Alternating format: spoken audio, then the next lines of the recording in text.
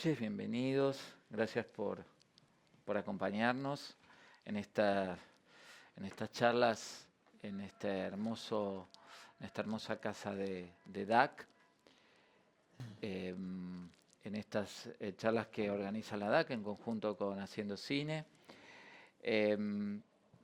Voy a presentar, el tema de hoy, como queda muy claro, es mi agenda internacional, nombre un poco caprichoso que hemos puesto a esta idea de cuál es un poco la hoja de ruta que los distintos productores se plantean en estos tiempos tan cambiantes en cuanto a cómo producir, cómo fondear las películas, cuando piensan, a qué mercado voy, a qué fondo de ayuda voy, etc.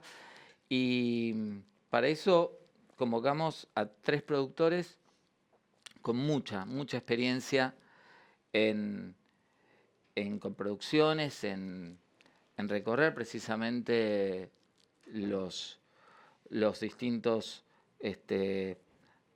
festivales, mercados, donde por ahí se puede conseguir plata o se puede conseguir servicios, insumos, en definitiva, ayudar a que nuestras películas puedan llegar a buen puerto. Presento a los invitados, empiezo por la dama, por Gema Juárez Allen. Gema es miembro de PIMA, tiene muchísima experiencia en cine documental, un par de ficciones también recientes ahí en su haber. Ignacio Rey, él es miembro de CAIC, tiene, actualmente es parte del consejo asesor del INCA, es también impulsor de los premios platino de la industria del cine latinoamericano. Y Hernán Musalupi, vicepresidente también de CAIC. La verdad que son productores con muchísima trayectoria y quería en ese sentido por ahí arrancar preguntándoles cómo piensan ustedes cuando tienen un proyecto, digamos, ¿no? Y lo tienen lo quieren convertir en una coproducción, quizás un poco por necesidad, un poco por las características del proyecto, un poco por ambas cosas, ¿no? En muchos casos. ¿Cuáles son un poco sus lugares favoritos o preferidos que normalmente arman su agenda internacional, para arrancar un poco con el título de la charla? Quien quiera puede empezar. A la dama primero. Me parece como arrancar bien adelante, el primer lugar donde uno, digamos, que presenta en sociedad un poco el proyecto, es como, ya es como una instancia un poco avanzada. Quiere decir que uno ya pensó como cierta estrategia y en realidad a mí me pasa un poco que a esta altura de mi carrera, que tampoco es tan larga, yo empecé a producir hace 15 años y hice otro tanto de películas, unas 15, 20 películas con mi sello, ¿no? Digamos que a esta altura uno ya, por las características de los proyectos que yo hago, no sé si ya necesito ir a un lugar a buscar socios, porque más bien prefiero trabajar con las personas con las que vengo trabajando. Yo creo que he coproducido la mayor parte de las películas que hice y intento como cada experiencia de coproducción, digamos, no todas son exitosas, no todas son libres de problemas, entonces uno intenta repetir aquellas que sí fueron exitosas, aquellas en los que hubo una colaboración real y profunda y un compromiso de la otra parte. Digo que no se acaba en hacer la película, sino que también continúa con la vida de la película. Entonces, muchas veces uno al repetir, al tener la posibilidad de repetir esas experiencias o repetir la experiencia de coproducir con esos socios, no necesariamente necesita ir a un foro o a un encuentro. Igual cuando tengo que hacerlo, siempre, obviamente, si es en el caso de un documental, que es mayormente lo que yo hago, el mejor lugar sigue siendo el mercado de Ámsterdam, de ITFA, que tiene un fórum, digamos, un fórum donde se presenta el proyecto frente a todos los, esto se llama decision makers de la industria, y que fue a donde fuimos con el último proyecto, la película que vamos a estrenar ahora de Lola Arias, Teatro de Guerra, que fue ahí donde cerramos la coproducción con Arte, que es un canal franco-alemán. Pero bueno, ya llegábamos con coproducción alemana y española, ¿no? ¿Es una condición? No, no. La única condición es tener un porcentaje de financiación. Pero si no, yo en general los lugares a los que voy, digo, mis preferidos son Ámsterdam y Berlín. En Berlín tanto para documental como para las poquísimas ficciones que hice. Claro, el terreno del documental también tiene un poco su circuito un poco propio, ¿no? Ujú. Circuito paralelo de alguna manera. Pregunto para entonces, del lado de la ficción de la mesa o del escenario, en todo caso, un poquito Nacho o Hernán, que ambos viajan, sé que viajan seguido, y seguramente con buenos resultados, porque digo, sigue pasando. Sí, yo que soy el más viejo de la mesa, si querés, para ver el tema, para hacerlo más didáctico, y creo que el primero que empezó a viajar y el primero que dejó de viajar, te diría que mi lugar preferido es mi casa hoy, pero yo creo que primero, antes que ver el tema de, digo, también para, digo, no sé cuál es la heterogeneidad de la gente que nos está escuchando ahora, me parece lo primero que uno tiene que ver cuando es productor es qué película tiene, primero. Digo, hay tantas películas como formas de hacerlas, capaz, y como tipos de productores. Los que sientes acá vamos a empezar todos distintos, seguramente. ¿Y para qué uno hace una película? Que parece una pregunta medio tonta, digamos, pero es la única pregunta que yo, en mi experiencia larga y distinta, y en general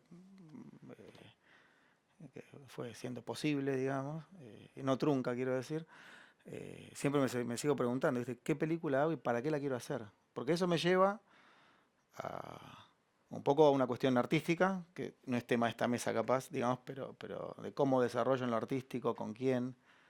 Yo creo que los productores estamos para potenciar directores y nada más. Es como así, para mí es 100% eso. Y digo, para hacer que el director haga una película mejor. Y no es una cuestión tribunera, sino porque eso después te da un beneficio, digamos. El número 10 del equipo es el director. No hay como... Todo lo otro medio no importa, para mí. Otros piensan que el guión, que no sé qué. Digo, todo lo otro suma, para mí, a esa idea. Y después lo otro que uno tiene que pensar es qué película tiene. Digamos, si uno fuera un bruto y dijera hay películas de autor y películas comerciales, digamos, no lo tomen en serio, pero podría ser una primera división burda para empezar la discusión. Bueno, hay lugares, la agenda internacional tiene que ver con cuál es el objetivo de financiamiento de esas películas, digamos. Si uno tiene una película de riesgo artístico y tiene una película donde el director marca la pauta, tiene una película que está destinada a ser estrenada primero en festivales y después intentar abrir a partir de eso una forma de distribución, bueno, hay algunos canales en tanto mercados, en tanto fondos de ayuda, en tanto tipo de socios que uno busca. Si su proyecto es distinto, es una película por ahí más abierta, que tiene más posibilidad de defenderse comercialmente, etcétera, hay otros carriles, digamos. Y uno va transitando eso también aprendiéndolo. Yo me acuerdo cuando yo hice Mundo Grúa con Trapero, cuando estudiábamos, digamos, y no solo en el Inca no te abrían ni la puerta, sino que en la facultad donde estudiábamos se reían de la película. Decía, che, en blanco y negro, ¿viste? No, ¿viste? Era como... Y aprendimos que era Hubert Valls y que era no sé qué, llamando por teléfono a larga distancia. O sea, era así.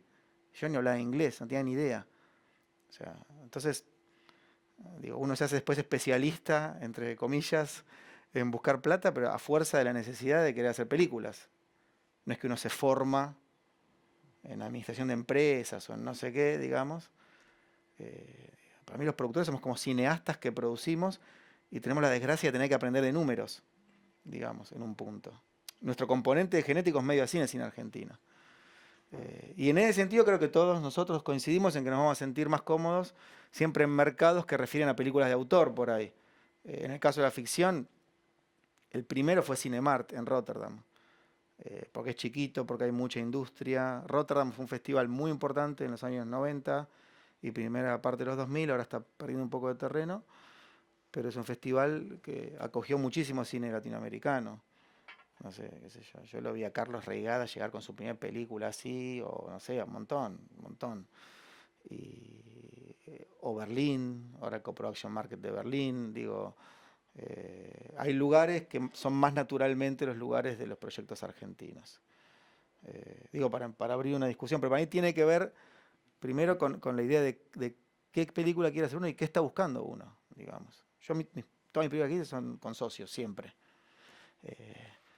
Y te digo que es prehistoria, porque ahora estoy haciendo una película, ahí está Santi, que es mi coproductor, y somos como 8 productores, con plataformas adentro y con no sé qué, ya uno no entiende ni lo que están negociando, pero eso es otra cosa, digamos. Ni ellos mismos entienden. Pero para empezar, digamos, contándole a alguien que por ahí no tiene experiencia o no tiene tanta experiencia, lo que tiene que hacer es tener un proyecto en el que crea y entender qué mercado o qué fondo de ayuda tiene la línea editorial del proyecto que uno cree tener, digamos. Como primer, por ahí, tip para, quiero decir, yo tengo una película de, qué sé yo, Juan Taratuto, es difícil que un fondo de ayuda para películas experimentales me dé pelota. Digo, ni una es mejor que la otra, digamos, pero aparte es un buen laburo para un productor para entender uno mismo el proyecto que tiene, digamos. Y para terminar y no ser largo, eso lleva a otra cosa que es importante, que es esto, conocer cómo funciona lo demás, digamos. ¿Se entiende? ¿Qué línea editorial tiene cada fondo, cada mercado? ¿Qué tipo de proyectos buscan? Esto es un conocimiento del mercado. Por ahí fuiste alguno que te diste cuenta que no era, pero te quedó guardado en el disco rígido porque y para un próximo dijiste, por ahí te servía, digamos. Sí, o fondos o reuniones privadas, porque vos te juntás con un alemán y decís, cuando me contaba yo lo de los alemanes, yo trabajé mucho en Alemania. ¿Qué hace un alemán sentado acá? ¿Qué quiere de mí? O sea, yo hablaba en español, que se filma, no sé, ¿viste? Bueno, y vos entendés cómo funciona el sistema de Alemania, por qué un alemán estaría interesado en hacer una película que no sea alemana, y capaz para ese proyecto no sirve, porque no, pero eso sí te queda. Dices, bueno, cuando vos conocés cómo funciona, tenés más herramientas para después poder financiar lo que vos tenés que hacer, digamos. Eso es un poco. Cuando todos estábamos buscando fondeo en los caminos más o menos habituales, uno se encontraba con Hernán en algún lado, en algún festival o en cualquier lado, y él ya él te hablaba de las intendencias, él habla de los fondos municipales alemanes, cosa que Eso es por la edad, Pablo. ¿Cómo? Por la edad, Era como, ¿no? Lo que es estar un paso adelante. Nacho, ¿coincidís? Pero un poco? perdón, porque te ayudan las películas, porque uno Mm. tiene que quitarse méritos en eso. Porque si vos tenés una película de mierda, o que no le interesa a nadie, no te abrís ninguna puerta, como decía Gardel. O sea, no. La película y el director y el proyecto y cierta coyuntura que te ayude, digamos, es lo que te abre la puerta. Porque si no, todo valdría lo mismo. Perdón. No, total, yo coincido plenamente con lo que dice Hernán. Eh, Pero, pero, no, no hay peros. No, hay una situación, digamos, esto que él planteaba, de ser un poco el más viejo y uno de los que empezó con este tema de ir a buscar dinero afuera. Lo que nos pasó a los que llegamos 2, 3, 4 años después, es que nos dimos cuenta que el señor había abierto una puerta por el cual ya era un colador, por el que todos íbamos por esos fondos, no solo Alemania, Rotterdam, lo que fue el Fonsud, que ya no existe más y ahora bueno, ha cambiado su forma. Y lo que nos pasaba era que uno llamaba, decía Fonsud, decía, no, no, no queremos más argentinos, este año no hay más argentinos, determinamos que no hay más proyectos, pues abrimos y hay 2 peruanos, 1 uruguayo, 40 argentinos. Entonces se empezaban a cerrar las puertas de la coproducción. Y era como raro, uno quería hacer coproducción porque sentía que la coproducción nos traía un aporte económico. Porque básicamente uno empieza a coproducir, sobre todo cuando se da cuenta de que tenemos un mercado interno muy pequeño y que realmente el hecho de ir a por una coproducción y buscar fondos de afuera, lo que nos hacía era de alguna manera abarataba el costo de nuestra película, o hacía que no tuviéramos tanto riesgo, que fuera más fácil recuperar una porción de eso en nuestro territorio y que el coproductor aportara la otra parte. Entonces, ante la necesidad, recuerdo que en un momento dado dije, no estoy consiguiendo, no estoy logrando dar con coproductores europeos, que era a lo que uno aspiraba, siguiendo nuevamente el camino que había marcado Hernán y algún que otro productor amigo más. Y entonces ahí yo hice como un viraje de timón a partir de un viaje que tuve 2 viajes así como muy, muy juntos en el año 2004-2005 recuerdo. Eh, Uno fue que me invitaron a Venezuela a dar unas charlas y, y después me invitaron por primera vez a la Escuela de San Antonio de los Baños a dar un taller. Y lo que me di cuenta, o sea, se me abrió la cabeza viendo cómo Latinoamérica se abría como un territorio muy nuevo para empezar a producir. O sea, en ese momento no había tanta producción, no había leyes de cine, sacando 2 o 3 países, Venezuela que lo había tenido, Cuba que bueno, antes del periodo especial había sido quizás el motor del Caribe o de Centroamérica en cuanto a cinematográfico, y después Brasil, pero no existía cine prácticamente en ningún otro país, y las leyes estaban armando.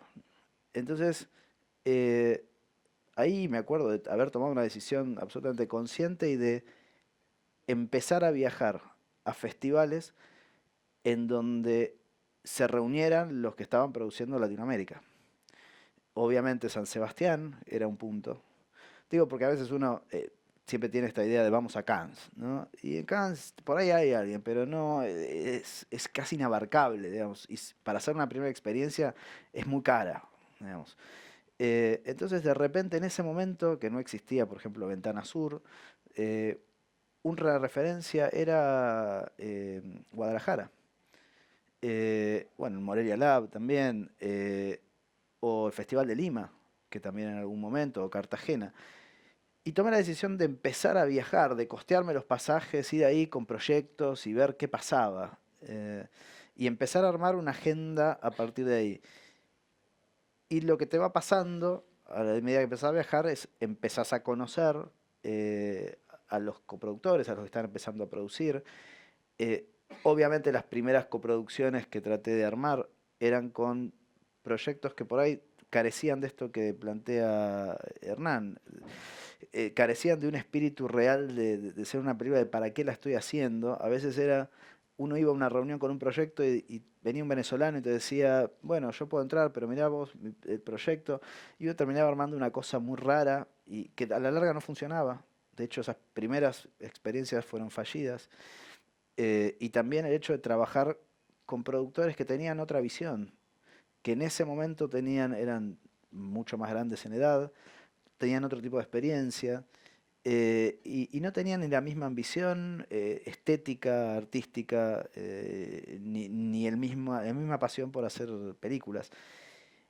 Y lo que empezó a pasar es que un día así conocí, un poco de casualidad, a un productor colombiano que tenía mi edad, que tenía más o menos mi experiencia, pero y que necesitaba sí o sí una ayuda para una película y yo necesitaba una ayuda para otra. eh, Y así empezó, y de repente, bueno, así empecé ese camino de recorrer mucho Latinoamérica.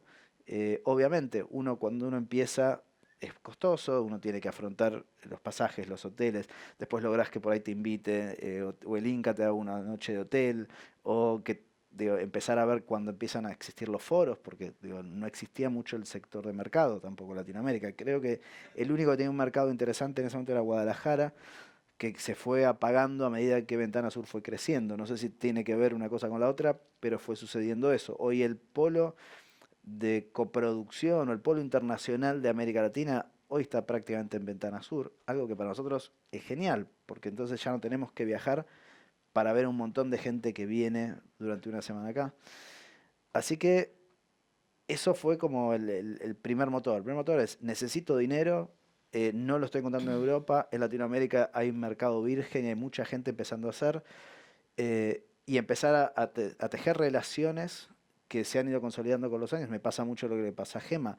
Eh, Hoy no necesito viajar para cerrar un trato o para buscar, digo, sí te pasa que en algunos proyectos específicos vos decís, che, mira que si este proyecto entra al foro de acá o allá, le pones como una estrellita al proyecto, pero no es necesariamente para ver, de hacer un pitch y a ver quién lo compra, porque uno ya sabe, o por las características del proyecto o de los socios que puede haber afuera, a quién le puede interesar más o menos una cosa u otra. Y la verdad es que hoy, desde el WhatsApp, desde el Skype, de todo, podemos trabajar mucho. Y también, como dice Hernán, los viajes cada vez pesan más, ¿no? Hay un momento en donde he llegado a viajar una vez por mes, eh, un año, digamos, es una locura. Em, pero bueno, así como por lo menos yo fui armando mi agenda internacional y esto de ir también viendo, eligiendo qué proyectos quería yo hacer, con quién era mi mejor socio, mi mejor partner, cuál era el mejor fondo. Y lo mismo cuando me han traído proyectos para entrar yo en coproducción minoritaria, también elegir con qué proyecto me siento cómodo y con qué productor. Porque además estamos hablando de una sociedad que va a durar 2, 3, 4 años.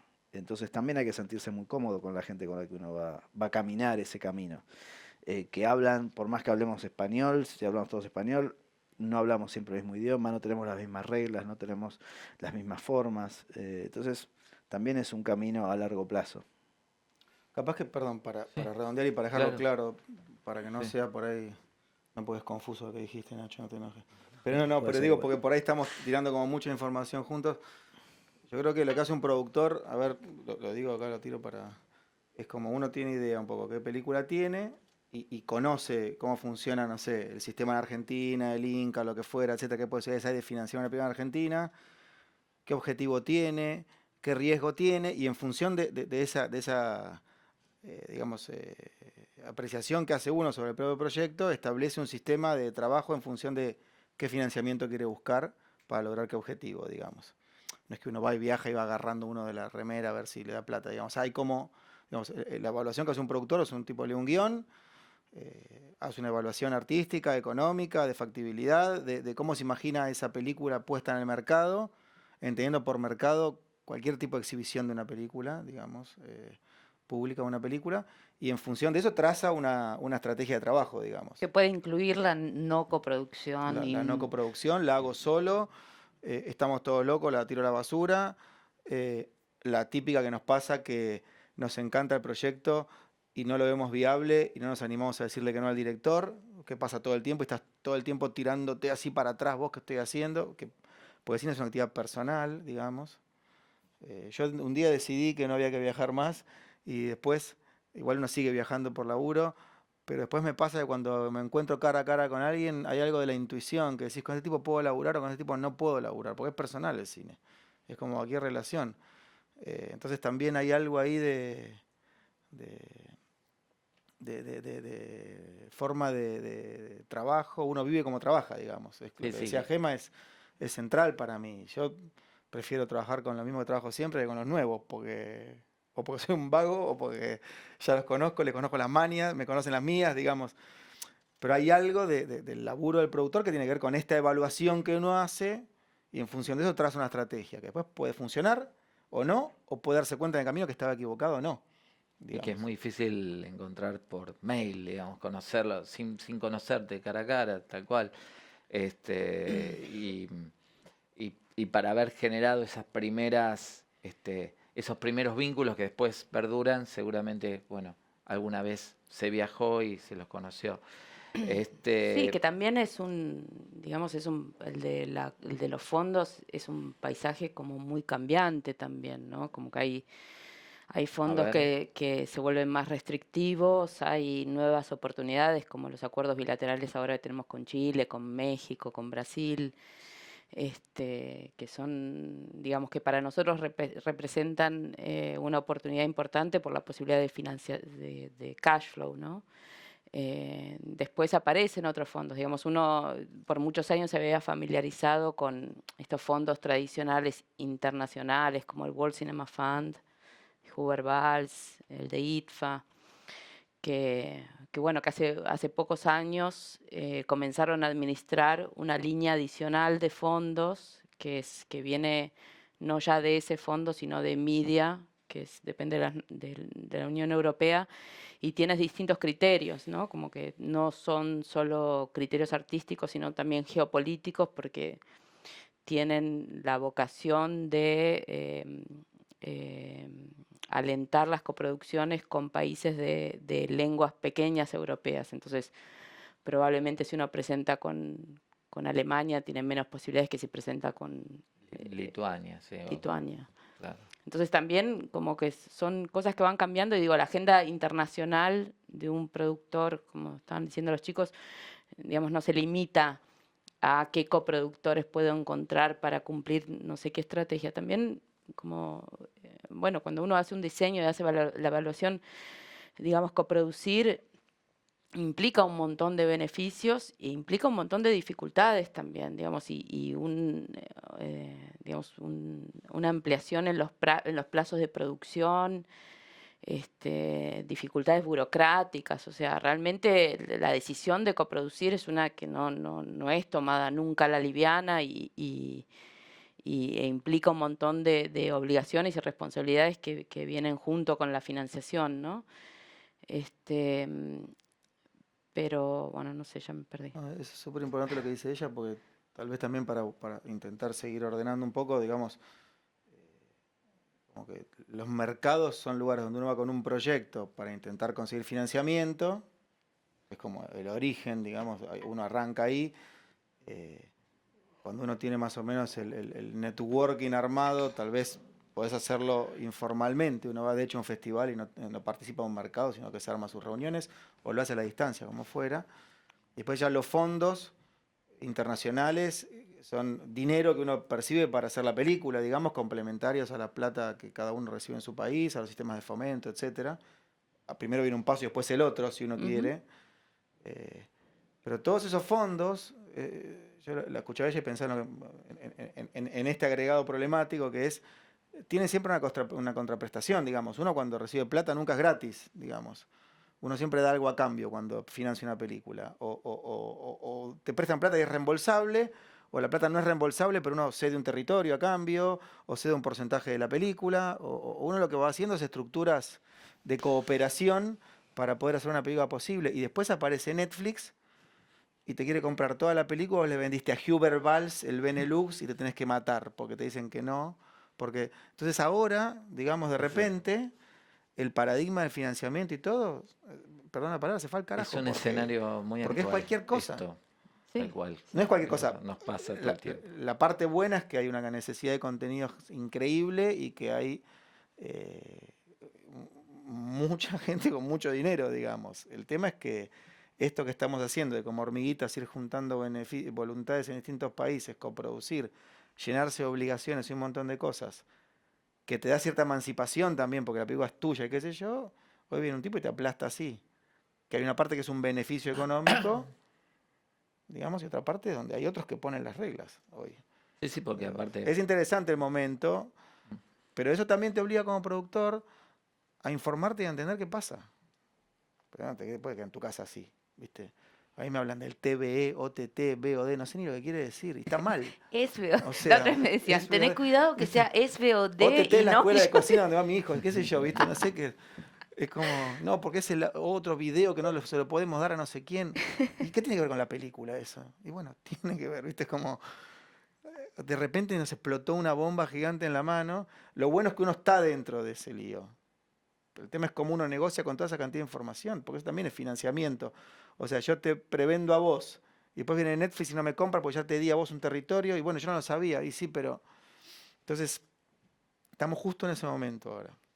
Sí, sí, además particularmente, bueno, en el caso de Netflix, estarían tendiendo o teniendo la tendencia a querer todo o nada, digamos, ¿no? No están muy en el detalle, digamos, de parcializar, o en ocasiones Te voy lo a hacer un hacen, chiste. Hoy pero... Mm. estamos en un tema y pues es que pone en el contrato Netflix The Universe. Sí, Pone en el contrato. hermoso, sí. Sí, sí, sí, sí, es que Es así espectacular. está totalmente. El Sí. terreno que le cedes es el Toman universo. Netflix toma Según derechos. cuánto te pague está bien, digo, pero, Claro, puede ser. pero No, pero aparte en los mismos contratos, en el mismo contrato, ellos compran derechos que saben que no van a usar. Te toman derechos de televisión o Saturno. de cosas que no necesariamente, pero ellos igual lo... Bueno, es que son obviamente en este momento, entraron como un jugador súper poderoso. Quiero decir a nuestro bello público que pueden hacer preguntas cuando quieran. Lo único que les pedimos es que levanten la mano para que sea ordenado y para que además les puedan alcanzar el micrófono, porque esto está siendo grabado. Pero por favor, están invitados a preguntar. Aprovechen esta oportunidad. Así que cuando quieran, hacen sus preguntas. Yo, mientras tanto, me preguntaba porque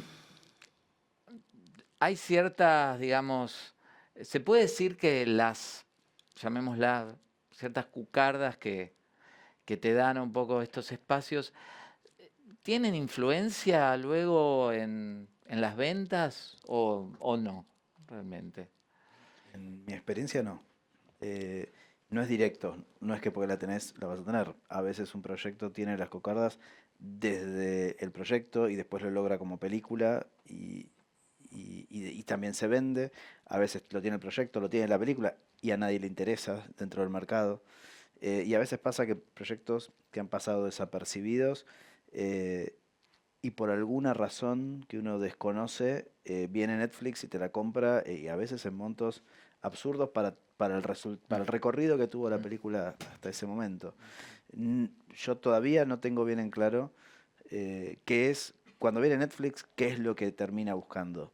Entiendo que lo que más buscan es un buen afiche, un buen póster para su carrusel y que uno pueda elegir y eso, entonces, qué actores están ahí, o cómo le puede haber ido a la película, pero por momentos han comprado cosas absurdas y me ha pasado de tener películas ganadoras en festivales y no les interesa o te hacen propuestas que a veces uno termina diciendo que no y me ha pasado decir alguna propuesta que no, pero por decir la verdad no puedo darte la película, por eso prefiero dársela a Cinear y que la tenga a Cinear y que la gente la vea gratis antes que lo que me estás ofreciendo. Entonces no veo eso. Lo que sí te ayuda, esas cocardas que uno le va poniendo, es porque cuando entras en un proceso muchas veces de coproducción, eh, todas esas cosas ayudan a los diferentes fondos de los diferentes países. O sea, nosotros tenemos un fondo, por suerte, ojalá siga así, que es un fondo abierto, un fondo con una ventanilla abierta todo el año, al que podemos recurrir, pero la mayor parte de los países de Latinoamérica no tienen un fondo así, tienen fondos que son por lo general concursables, donde por ahí el que gana $1 millón, pero gana uno o dos. Entonces, todas esas estrellitas que uno le va sumando a veces sirven. Y también sirven para que te presten atención, pero no necesariamente está anclado que porque tenés eso vas a tener una venta. Allí hay una pregunta.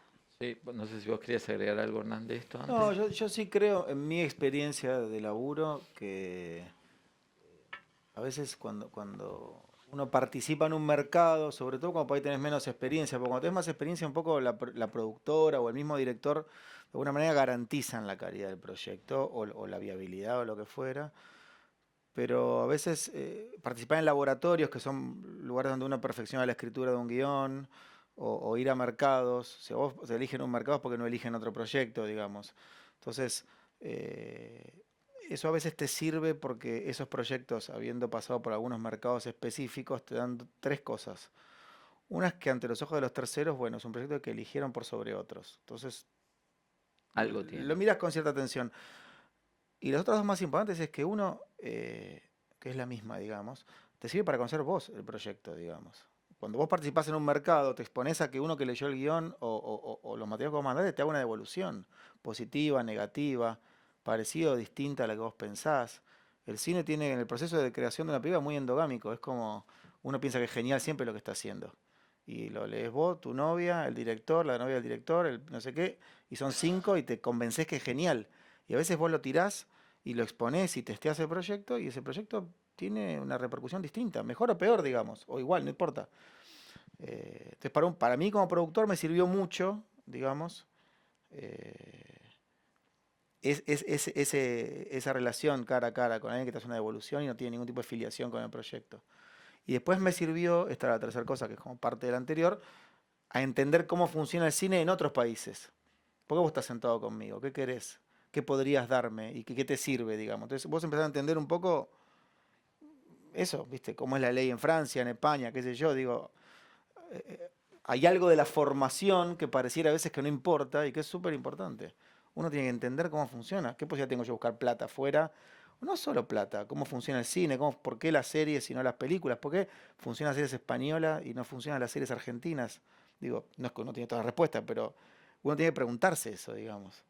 Entonces hay algo de la participación en esos mercados que conllevan esas cucardas que vos decís, que para mí sirven para la formación tanto del proyecto como del profesional, ¿viste? Para que te miren con un poco de atención.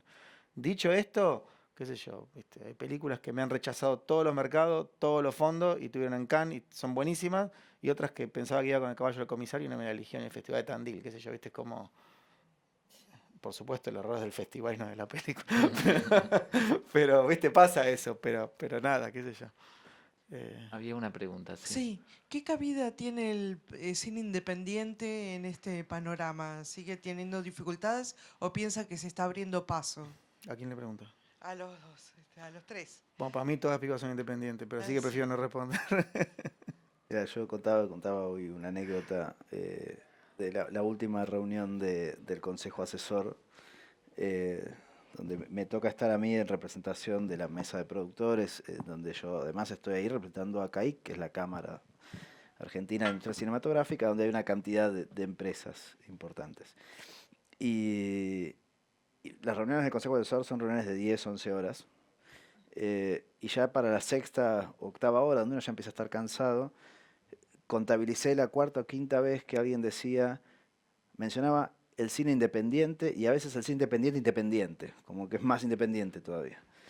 Y en un momento hice la pregunta, dije, si me pueden decir cuál es el cine independiente en Argentina, o mejor dicho, cuál es el cine dependiente, para entenderlo, obviamente se armó un gran debate en ese momento, pero digo, la realidad, yo opino igual que Hernán, todo el cine que hacemos en Argentina es un cine independiente. Todo el cine lo hacemos con esfuerzo. Si no existiera, Casi. o casi, bueno, ponele, hay 2 películas al año que podríamos decir que no, pero, pero el esfuerzo es el mismo. Lo que pasa es que Nacho se da un debate que es, digamos, por ahí vos te referís perdón que te interrumpa, Sí, por favor, dale. pero, digamos, en Estados Unidos el mote del cine independiente era todo el cine hecho fuera de los estudios, digamos.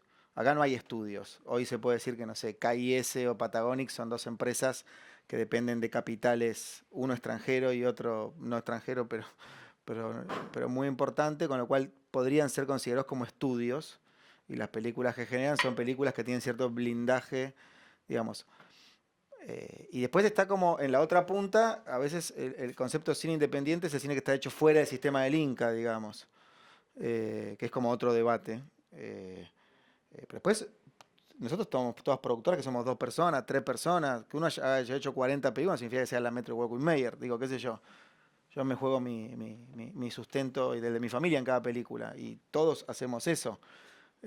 Entonces, eh, y después te contesto con un dato estadístico. El año pasado en sección oficial en Cannes estaba La Cordillera y estaba La novia del desierto, que son dos películas en las antípodas en términos de producción, de objetivo, de presupuesto y de todo. Y sin embargo convivían en la sección oficial de Cannes.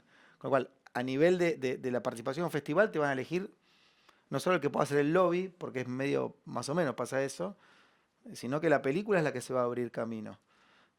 Y a nivel mercados es lo mismo. Es lo mismo. A vos te van a elegir si les gusta la propuesta y si no, no, digamos. Y en general, y que esto es importante, no sé cómo es en el caso de los documentales, pero por ahí vos lo puedes explicar, es cuando te eligen en un mercado o en un fondo, no es la productora, es el proyecto. Y capaz a veces no hay ni productora detrás. De hecho, en Argentina es legal tener una productora que sea una empresa unipersonal. Se discutirá si nos parece bien o no, digamos. Que en muchos Pero países no lo es. que en muchos países no. Si no tienes una empresa no puedes producir. Entonces por eso el cine independiente queda como medio de la discusión, es como para un panel a que no quiero que me invites, Pablo. Y en el caso del documental, ya que se mencionó, y que, digamos, empezaste en el último tiempo también a incursionar un poco en la ficción, ¿cómo sentís un poco similitudes y diferencias afuera, digamos, o en cuanto a este tema?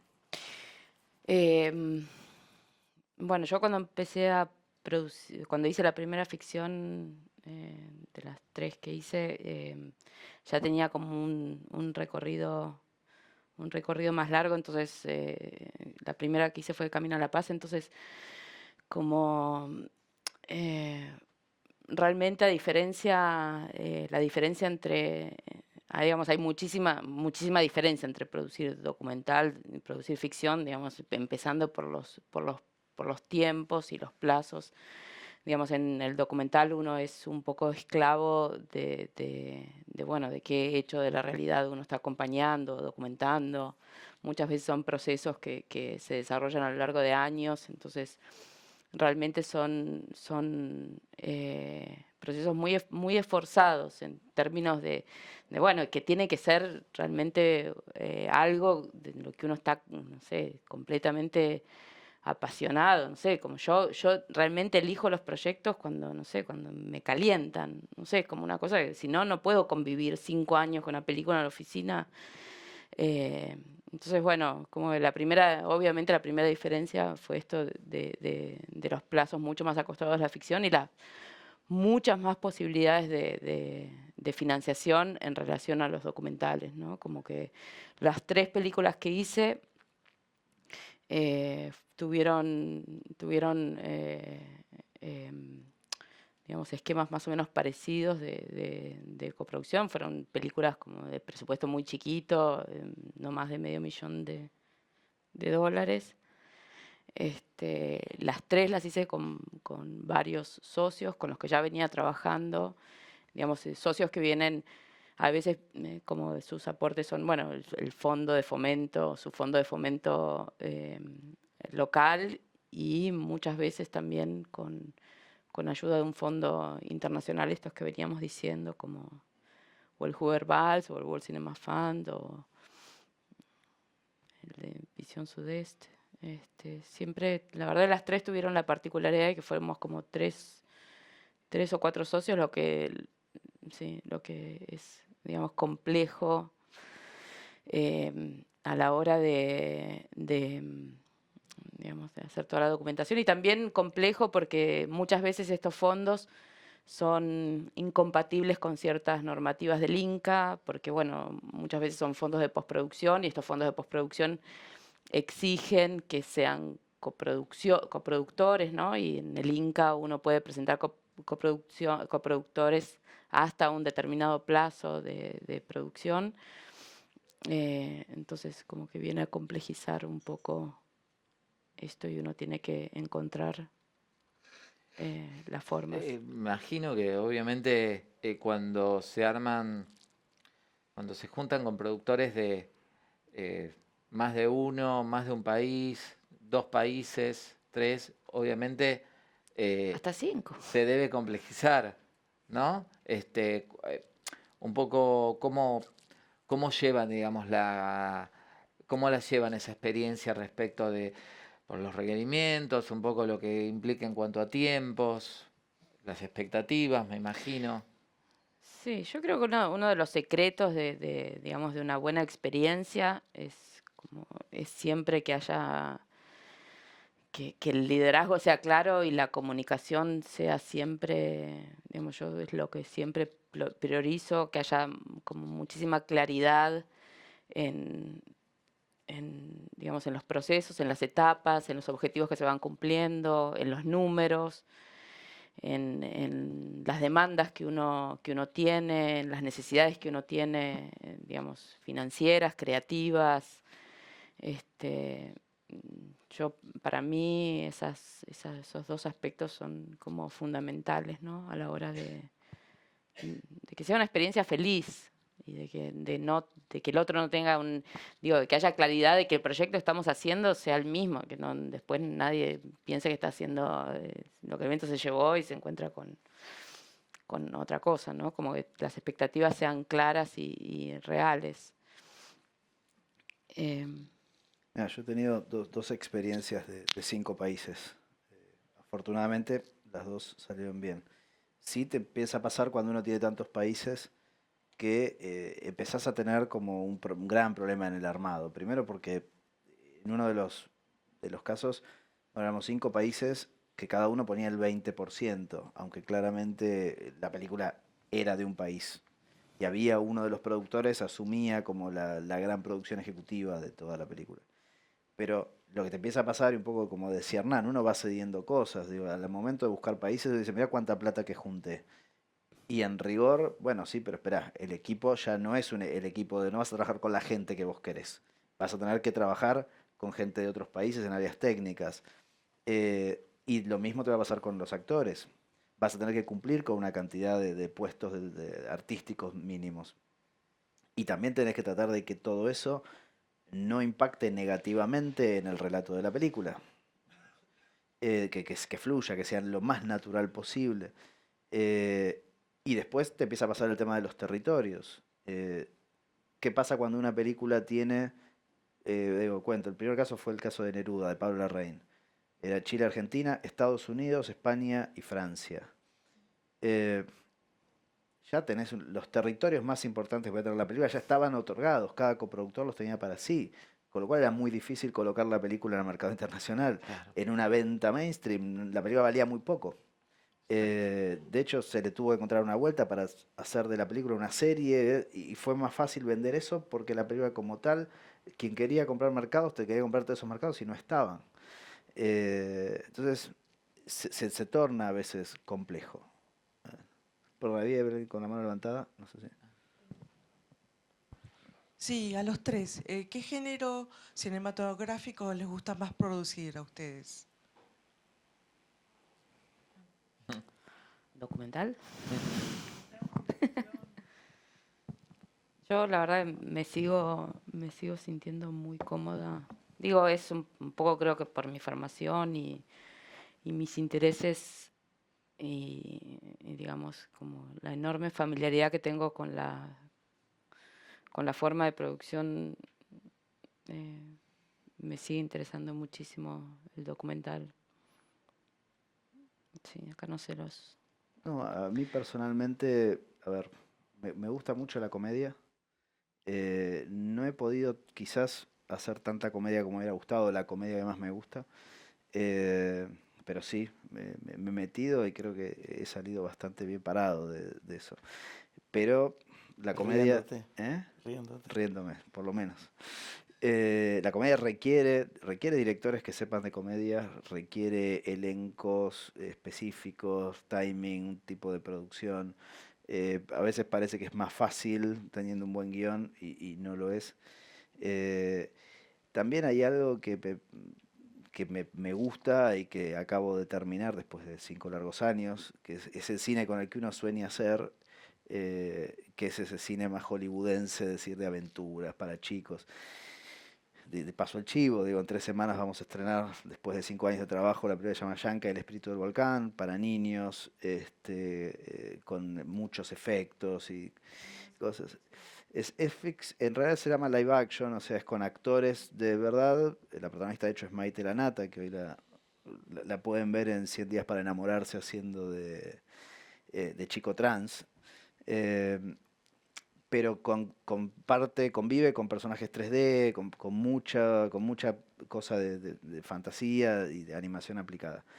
Eh, Digo, la verdad es que son experimentos divinos. Después te das cuenta que nuestro mercado nuevamente es pequeño y que competimos contra películas que cuestan 100 millones de dólares o 150 contra el público más cruel de todos. Si no le gusta, no le gusta. Digo, no le puedes decir, pero mira que esto es Argentina y costó, bueno, no costó 100, habrá costado 1,5 y debemos un poco, pero bancara, es difícil. Y después siempre me gustó mucho ese cine de autor que cuenta pequeñas historias intimistas, no los megadramas. Y ese sí es un cine que, tal como decía Hernán al principio, para mí es el director. Y donde muchas veces, como también decía Hernán, a veces uno lee esos guiones y son buenísimos, a veces uno lee guiones y dice, ¿para dónde vamos con esto? Y uno dice, confiemos en el director. Pero son películas en donde el director es como le das la llave del auto, él maneja, vos poner en nafta, tratá que esté todo más o menos bien, se pincha una rueda, la arreglarás, pero la maneja totalmente el director. Y la verdad es que cuando uno tiene esos directores con talento y capacidad para esas historias, es maravilloso ese camino. Me toca a mí, pero no tengo un género favorito. No, me gusta trabajar con directores a mí, con directores que yo siento que tienen algo para contar, un punto de vista. Para mí el cine es cómo se miran las cosas, ¿viste? Y de igual, lo que sí te puedo decir es que tengo como, entre otras bipolaridades, hay una que es que el espectador mío, que es un poco más radical que el productor que soy, convive con también lo que uno puede hacer, lo que uno le gustaría hacer y lo que uno puede hacer o te pide el mercado. Ahí hay como una lucha positiva, digamos, entre lo que a mí me gusta, o mi formación, o el tipo de cine que yo vería nada más, digamos, y lo que uno tiene que hacer. Me pasa con las series, soy un poco, medio que no me gustan las series, está mal lo que estoy diciendo. Y las tengo que ver porque las hago, digamos, o porque trabajo con la materia y me duermo con las series. No quiero ver el capítulo siguiente, me aburre, o sea, no sé, cada uno tiene su forma de ser, digamos, pero me pasa un poco eso. Y después me enamoro como de los directores un poco. Que es un peligro también, porque no, tampoco es que después se agarran y hacen lo que quieren, ¿no? Pero sí como me dejo llevar por eso, por intentar entrar en esos mundos. Y de ahí no tengo prejuicios, ¿eh? Me puedo hacer cualquier cosa. Después, como te decía, tenés que ver si esa cualquier cosa es viable, ¿no? Digo, ahí entra como una parte más responsable o menos irresponsable de ser de uno y bueno, intentás ver qué se puede hacer y qué no. Me gustaría que los demás pregunten, también. No quieren preguntar. Mónica quiere Estoy preguntar. esperando a la señora Mónica Bartolomé, por favor. Al señor Musalupi, vos que sos tan intuitivo, ¿qué...? ¿Quién va a ganar las elecciones? Eso te digo. No tan intuitivo. ¿Qué tipo de película pide la gente? Vos dijiste... No sé. No, vos dijiste... No, están las películas que a mí me gustan y están las películas que pide la gente. No, digo, a veces, qué sé yo, no sé, esto que te decía, por ahí a mí me gustan muchas películas de autor, un poco lo que decía Nacho, ¿viste? Sí. Yo si fuera por mí haría todas películas chiquitas así. Me encantan, me hace bien, me siento bien. Pero el mercado hoy cada día es más restringido para películas con mucho riesgo artístico, etcétera. Entonces, por esas películas se pueden financiar todavía, porque hay muchos mecanismos o algunos mecanismos para financiar cine no comercial, porque supone que el cine comercial se financia medio solo, pero después es muy difícil colocar esos productos. Entonces me aplico un freno a mí mismo y digo, no, está bien, pero después lo que busca el público son películas de género en general. Ahora, ¿quién puede hacer las películas de género? Porque no es que, viste, qué sé yo, Nacho decía una cosa muy bien de las comedias recién. Bueno, ¿por qué no hay más comedias si la gente consume? Bueno, ¿qué gran director de comedia tenés? ¿Cuántos grandes directores de comedia tenés en Argentina? ¿O cuántos grandes directores películas de, no sé, policiales tenés. Digo, no es solamente que queremos hacer películas raras, digamos, es que también eh, el producto que uno hace tiene que ser bueno y es el costo de esa película y es el director y también es la distribución de esa película, porque digo, Netflix está ahora pidiendo que las películas ni se estrenen en Theatrical. Sí, ¿Cuánto querés por no estrenar? ese fue el lío en me ha, me ha pasado, digamos. O sea, ¿cuánto querés para que la película no salga en Theatrical? Entonces, cambia totalmente el paradigma. Es un servicio de producción para Netflix y ellos sabrán que les funciona a ellos también. Y capaz que lo que le funciona a Netflix o Amazon no es lo que le funciona al público que va al cine. Muy posiblemente sea así. ¿Entendés? Entonces, qué sé yo. La ecuación que yo hago, que no es mucho de intuición, es que la película me identifique un poco y que se den ciertos parámetros de costo, de forma de financiar y un poco el entendimiento del mercado, que es una película que yo puedo colocar, digamos, en algún nivel. Pero pues no sé qué quiere el público. No sé, capaz que usted lo tiene más claro qué quiere el público. Pero No, si lo tuviera, estaría en otra mesa. es como la típica esa, ¿por qué nosotros no hacemos esas películas como hace Estados Unidos? Bueno, pues es muy sencillo, porque una película americana está en el mismo día en todas las salas de todo el mundo y uno no tiene esa posibilidad. O sea, Relatos Salvajes es una hormiga al lado de eso. No existe. O sea, entonces uno puede hacer lo que pueda hacer. Y dentro de esa realidad tenés que ser muy bueno, pero es como el boxeo, el de peso pluma no pelea con el peso pesado, digamos. Entonces, lo que yo creo que es muy bueno es entender en qué peso juega uno, para empezar. Y para Y en función de terminar, eso, en ese producto o esa obra, que yo prefiero decirle más que producto, en el peso o en el tamaño que vos tenés, bueno, ¿qué potencial consumidor de eso tenés?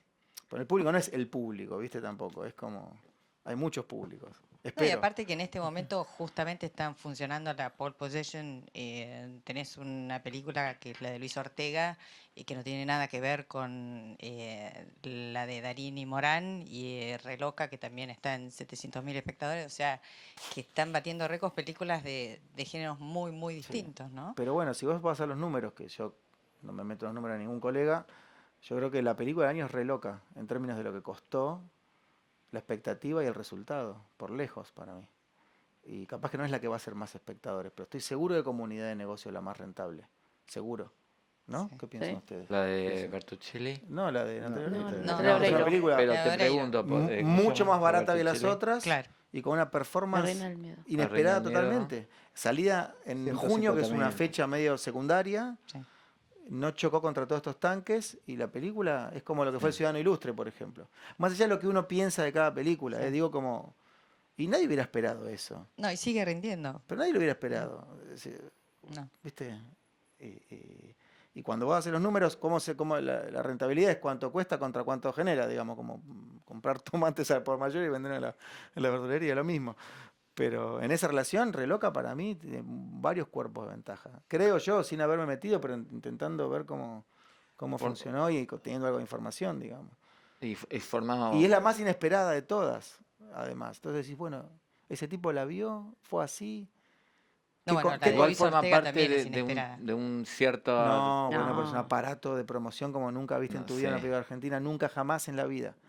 Ni Relatos Salvajes, nada, olvídate. Muy importante. O sea, Sí.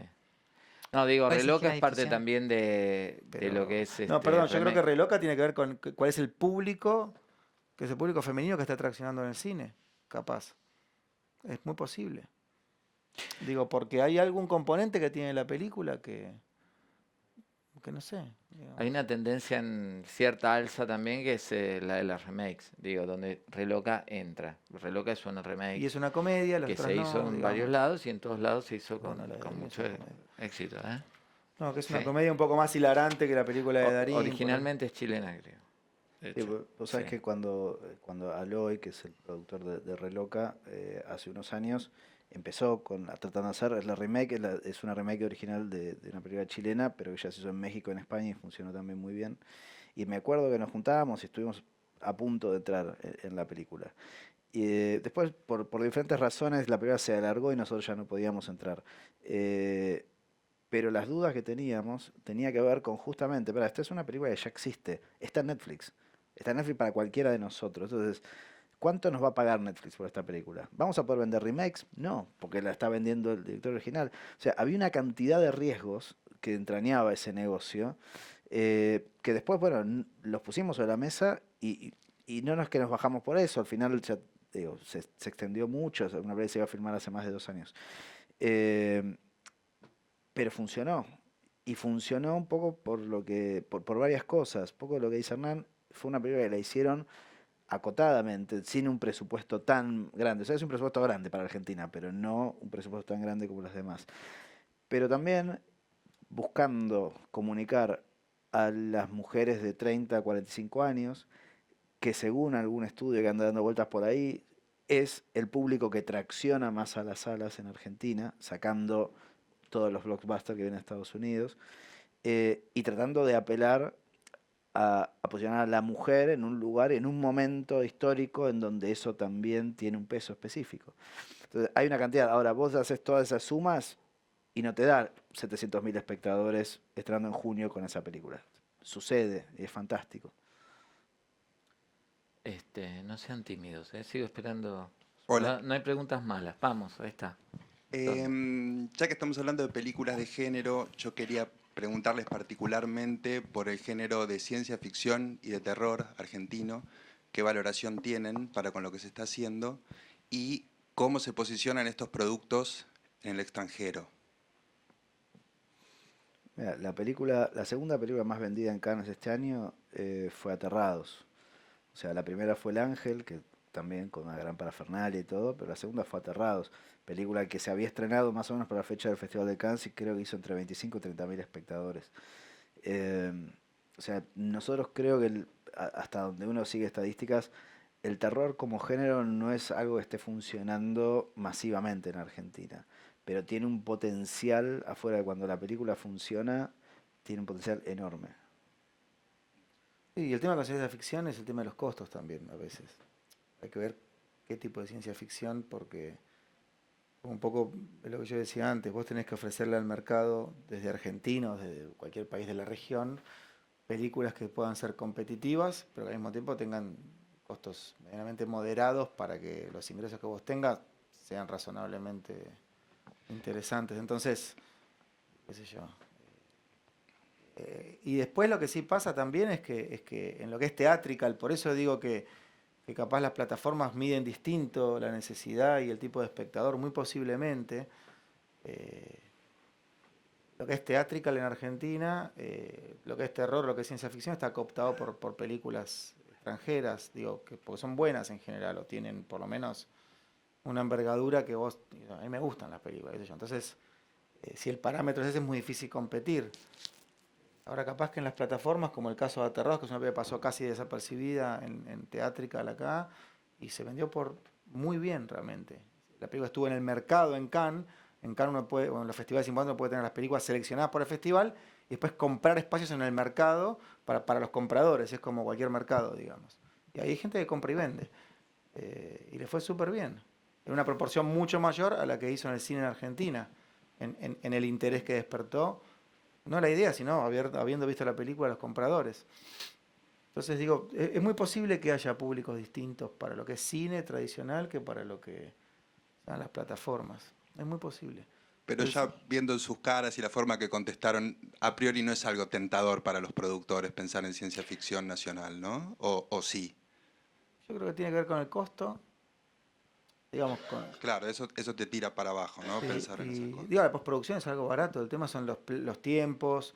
Que una película de animación, vos me decís 5 años, en esta coyuntura económica, empezás que una cosa vale 1 y termina valiendo 500. Es un país muy poco previsible para tener procesos largos, digamos. Porque todo eso juega también. Yo me asusto por eso. Y después creo, no sé, esto me hace pensar ahora, el cine argentino es un cine que tiene como la impronta europea de la cuestión del cine autor, del director que tiene su idea, de no sé qué, digamos. Y yo creo que son géneros que no naturalmente son géneros tratados en Argentina. Ahí aparece algún tipo que le interesa hacer terror o algo, pero dicho esto, ¿qué género aparece naturalmente acá? Pero digo, no es que, yo digo, nosotros recibimos proyectos medio todo el tiempo y a mí nunca me llegó un proyecto de ciencia ficción. Me llegó un proyecto una vez de Anna Katz, que se lo mandé que después fue Los Marcianos, que se lo mandé a un productor alemán y me dijo, esto es de ciencia ficción. Y dije, no, hay gente de verdad, le digo. Y bueno, su apreciación era así, pero para nosotros es una película naturalista. Pero te digo, no aparecen tampoco. Ahora, si vos me decís Netflix o Amazon o Claro, están buscando una serie, y qué sé yo, capaz que sí. Y después vamos a la discusión, bueno, ¿cómo la hacemos? ¿La sabemos hacer? No, digo. Pues el profesional se va formando también. El guionista se va formando en un tipo de cine, digo, también el oficio te va llevando, o el tipo de películas que uno hace te va llevando hacia un lugar también. No sé, estoy pensando ahora en voz alta, pero... Sí, sí, no, sí, me parece es una...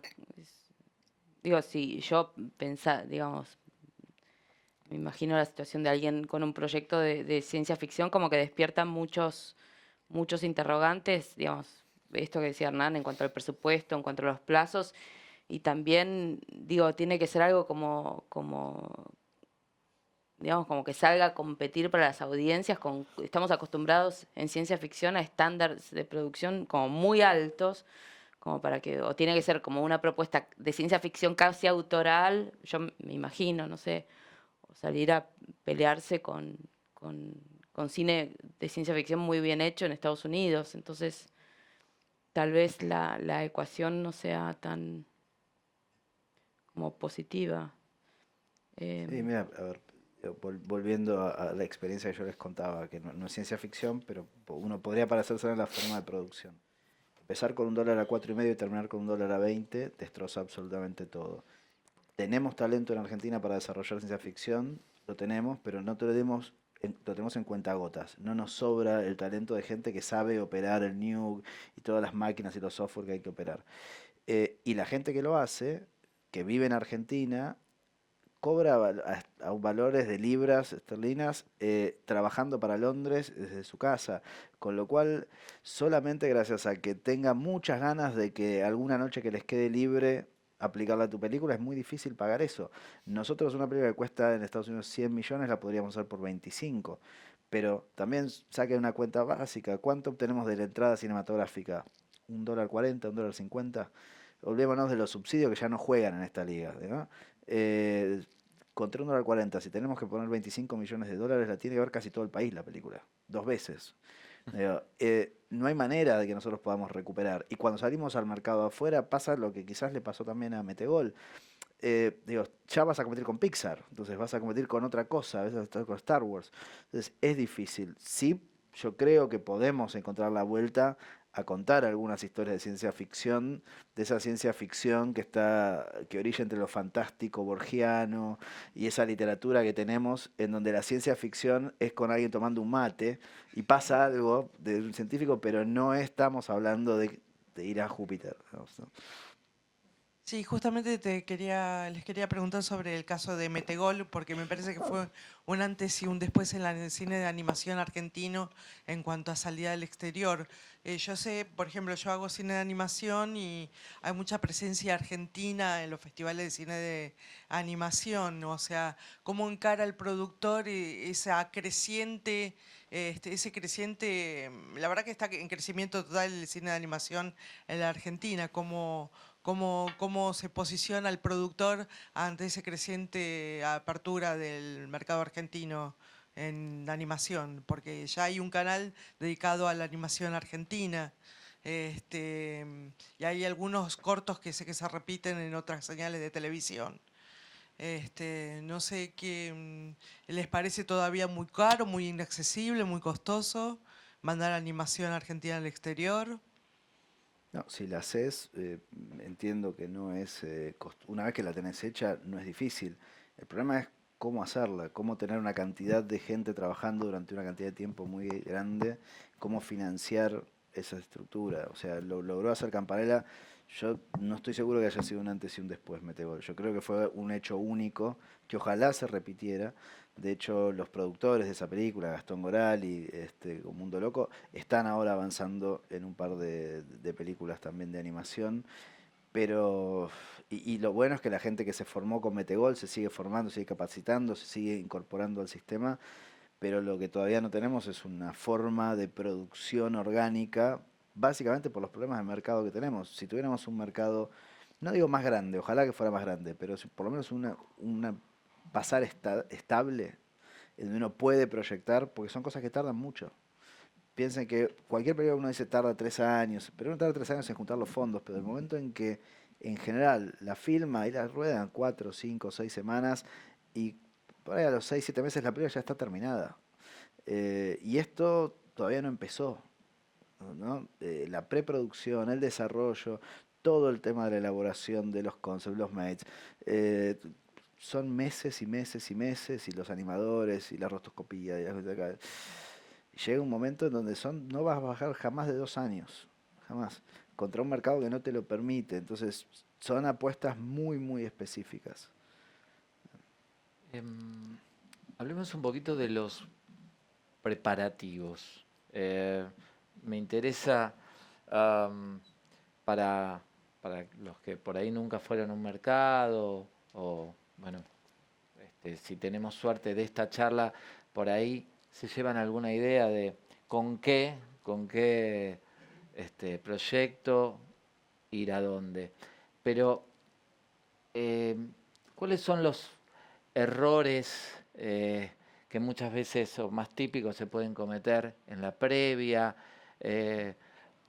Porque no es solamente a dónde ir, sino cómo prepararse para ir, ¿no? Cómo, en el caso de ustedes, pueden contar errores que hayan cometido perfectamente cometemos errores, y que sí. aprendieron. salvo Hernán, por supuesto, pero no, ¿cómo es la previa? ¿Qué es cuáles son las cosas que hay que hacer? Los do's and don'ts, digamos. Quien quiera. Bueno, mira, antes había que preparar papelería. Yo viajaba con valijas llenas de folletos, un delirio. Antiecológico. No, qué sé yo una vez fui a un curso de pitch y a partir de ahí lo empecé a odiar el pitch. Y me parece una berretada total, estoy en contra.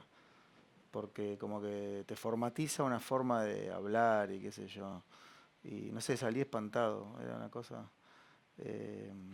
soy un militante contra el pitch.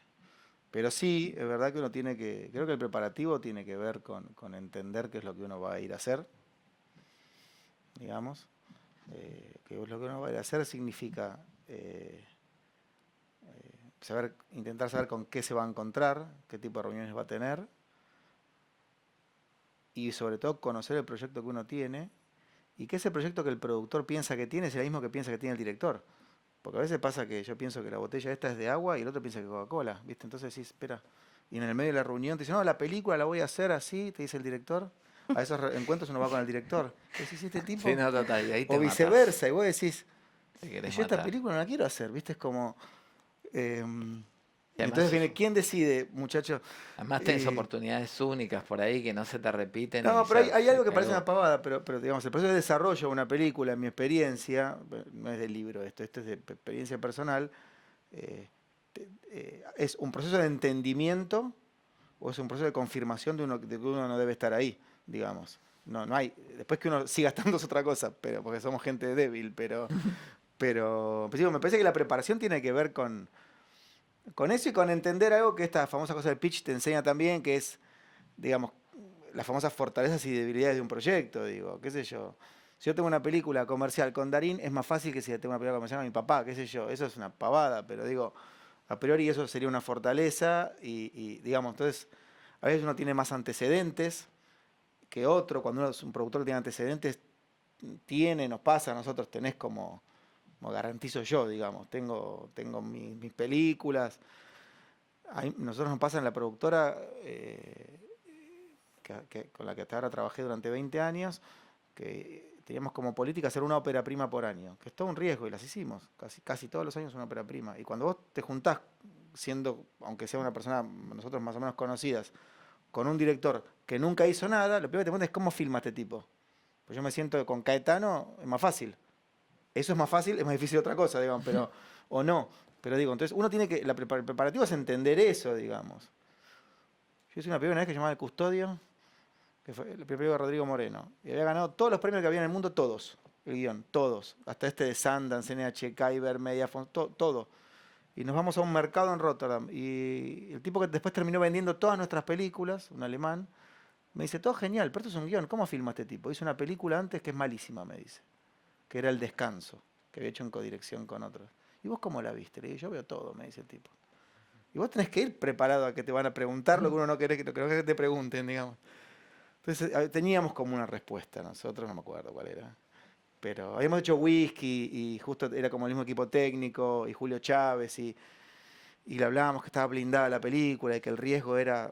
Pero bueno, pero uno, digamos, lo que tiene que prepararse es para tener argumentación real, o uno puede zanatear también, digo, y después la película la tenés que hacer. Entonces, yo el proceso de desarrollo, que incluye estos mercados y esto que vos preguntás, es un proceso de casi religioso, te diría, con la bronca que le tengo a la iglesia, de afirmación de un montón de cosas. De uno mismo como productor, del director en su lugar, y de convencimiento o no sobre el proyecto que uno tiene. Por eso te da a vos argumentos. Vamos a decir, a mí me pasó más tuve comentarios negativos que positivos, porque nunca te dije, che, qué fenómeno. Che, el final no me gusta, ¿por qué? ¿Por qué no hacemos así? Digo, y uno, si vos tenés argumento y tenés conocimiento sobre tu proyecto, tenés cierta apertura para poder después debatir, incorporar cosas, o reafirmar, decir, che, no te voy a dar pelota y lo hago solo. Pero bueno, digo, pero hay algo de ese preparativo que tiene que ver con el conocimiento de la materia que vos estás llevando y con esto que te decía al principio de entender a qué mundo va a ir uno, digamos, porque si, viste, qué sé yo, eso es como... Sí, esto que decía Hernán me parece muy importante. También hay como muchas como cuestiones prácticas, ¿no? Interesante. De saber, bueno, entender a dónde uno está yendo, con quién se va, a saber quién va a estar en ese lugar, ¿no? Como a veces quizás a mí el error, pues también como a veces me da como un poco de como pereza esto de los mercados y tal, y hay veces no hago mi tarea y llego a un lugar y no sé quién está y no investigué, entonces hay veces que es bueno, digamos, saber quiénes están, saber marcar reuniones de antemano, porque si uno llega ya sin una agenda ya armada, empezás a llamar, empezás a mandar mails, obvio que nadie te contesta. Nadie tiene ya tiempo, no vieron tu proyecto, no vieron, si tenés material sobre el proyecto no van a tener tiempo de leerlo. Pero bueno, o sea, investigar en todos los sites de los encuentros de industria hay un quién es quién, en qué fecha va a estar, entonces contactar a la gente de antemano, digo, algo como muy breve, marcar una reunión para almorzar, tomar un café si uno no está, digamos, seleccionado en el mercado. Y muchas veces también ayuda como ir a estos encuentros, digamos, bueno, obviamente con un plan A de lo que uno quiere hacer, pero también tener en mente como otras opciones, otras alternativas digo, uno no va solo a financiar, también va a encontrarse con vendedores, con distribuidores,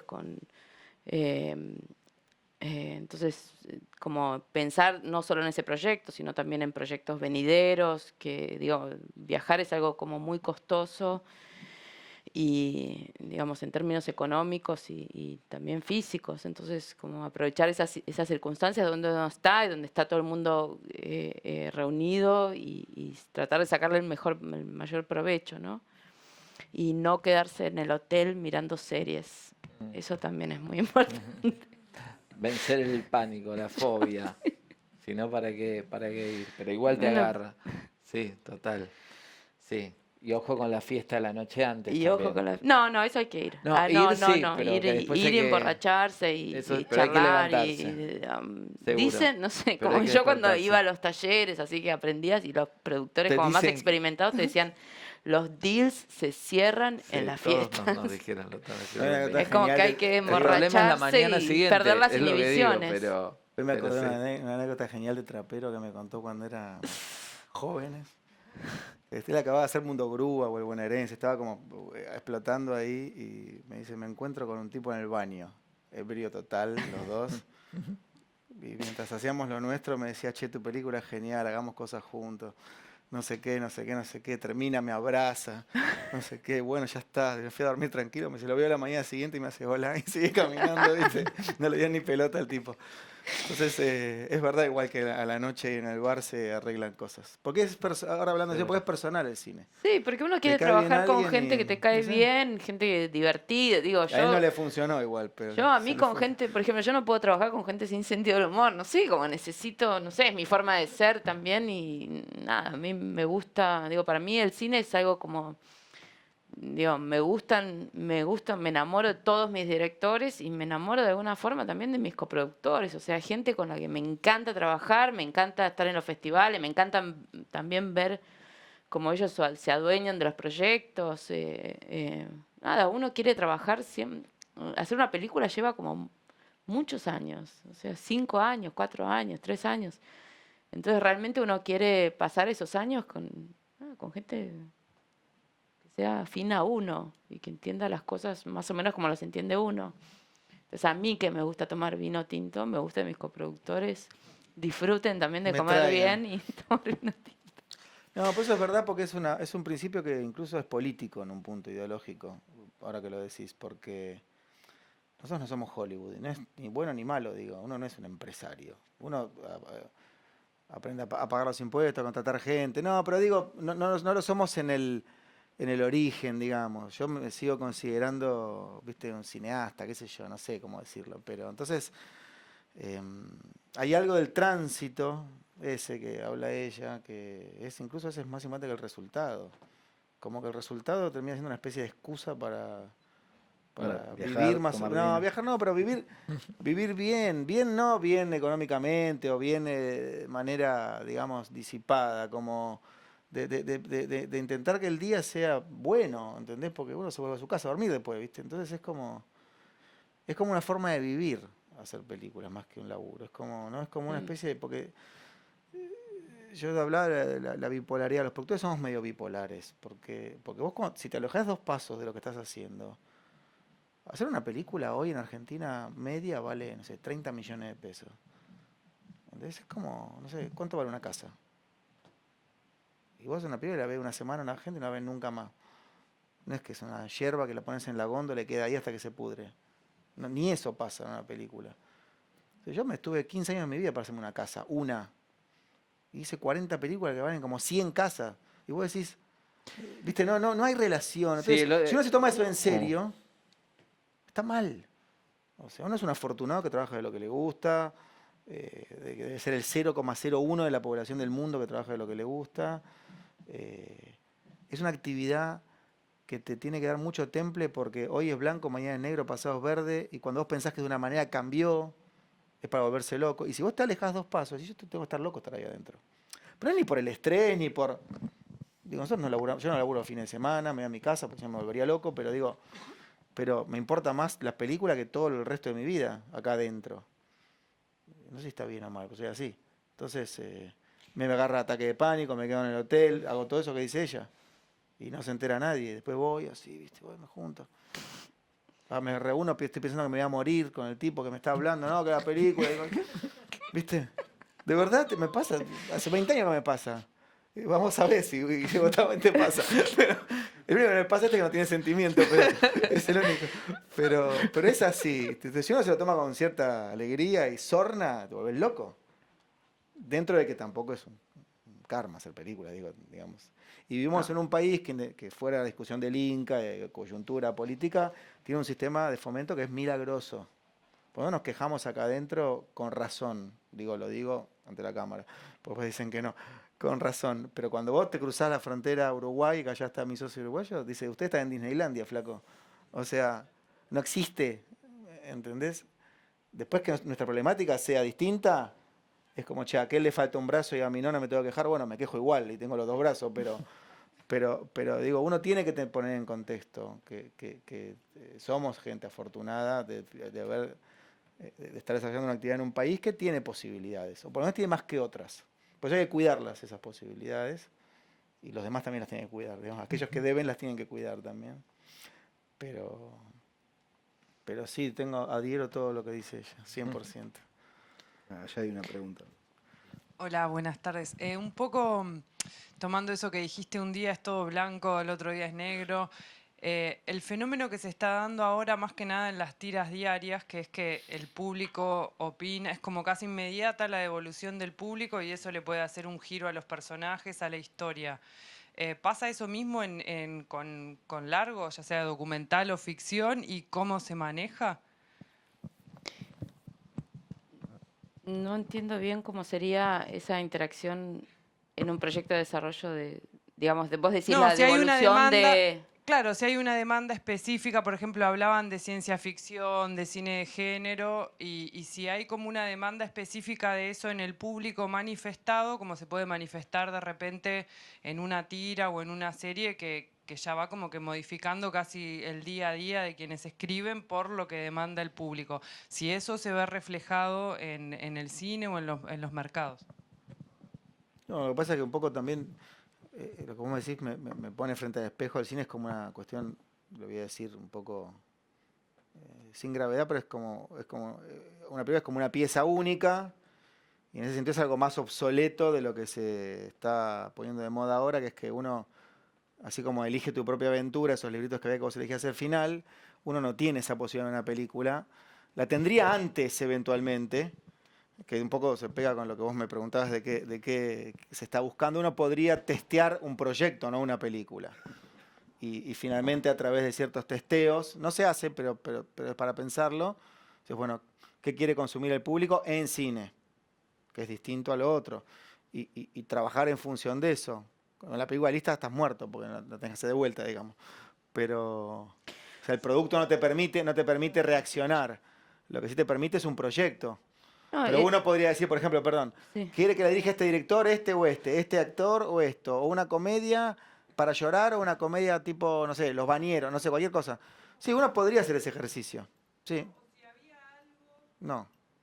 No hay, No, ¿no? en cine documental un poco lo que sucede es no el público, sino los canales de televisión, estoy hablando de del sistema europeo en general, tienen una figura que se llama commissioning editor, que es un poco, es cuando un canal de televisión se asocia a una película, es nuestro interlocutor, y ellos un poco se arrogan cierto conocimiento de lo que el público quiere, lo que el público entiende y no entiende, de lo que el público necesita de información.